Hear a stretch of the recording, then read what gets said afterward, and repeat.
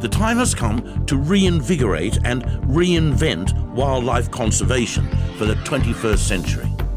The environment needs a charismatic champion, a Martin Luther King or a Nelson Mandela, for example, with the power to inform, motivate, and involve the public in this issue. We need, in my opinion, a new conservation movement. We need to change course, and we need to start inherently valuing wildlife for what it is. It has an inherent value of its own, and we really need to have a leave it alone philosophy and need to change, I think, the exploitation formula to say, if you have to show a reason why you need to exploit it, as opposed to now for showing a reason why you shouldn't. The collapse of a resource like a fish stock, is extremely painful economically and socially. We know that again and again. But getting into a position to allow it to recover is even more painful, and socially and economically. So we have to prevent any further depletions in any case.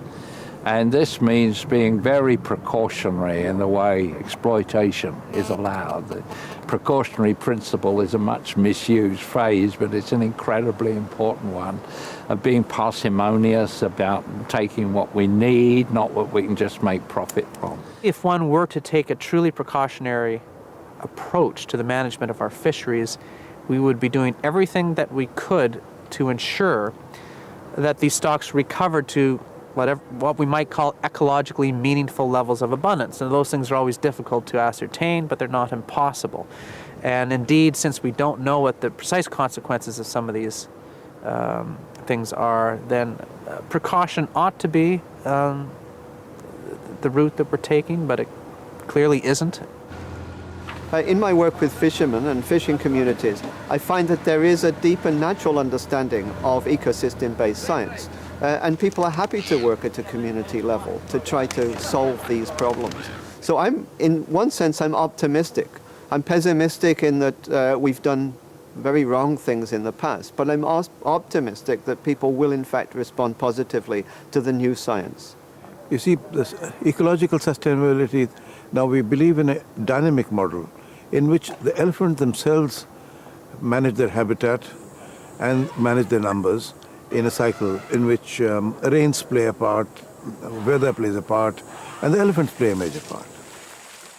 We need to make sure that our activities, especially in terms of wasting the soil away in erosion, or by intervening chemically, by adding materials that would not be there naturally, we need to make sure that we do as little as that as possible, and if we do in fact do those things, we need to know how to clean them up.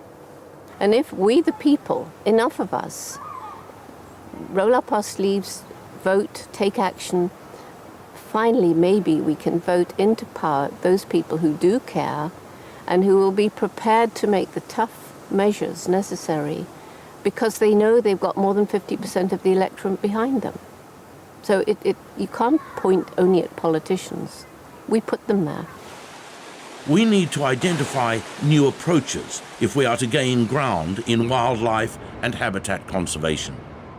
I think the world is becoming a smaller place, and things that you do in different parts of the world affect animals in other parts of the world.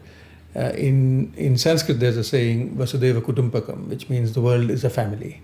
And I think it is more true now than ever, when the world needs to act in unison together to try and protect some of these last species and habitats that we have. If we're making calls to protect that wildlife, then we have a responsibility to provide the resources to enable that to happen. Because wildlife is a world heritage. It's like art. It's not, it may live in Kenya or in Congo or in Tanzania, but like art, it belongs to all of us, and we are the stewards of this wildlife. So we have an obligation to make the resources available to protect it. It is not necessary to depend upon killing to feed ourselves or clothe ourselves. But if that destruction continues, and the compassion was what is to show to other weaker sections of the human race itself, and we don't show to other species, in that process we destroy the human race as well. And it's not that it affects other people, it affects us and our children and our grandchildren. So get informed, get involved, and play a part to help change the course of human history. The impossible is never impossible if enough good people with like mind and energy and determination get together and don't give up. That's the key thing. That's the main message of our youth program, and what I say to myself every day: you must never give up. There's always another day and you just have to do your best.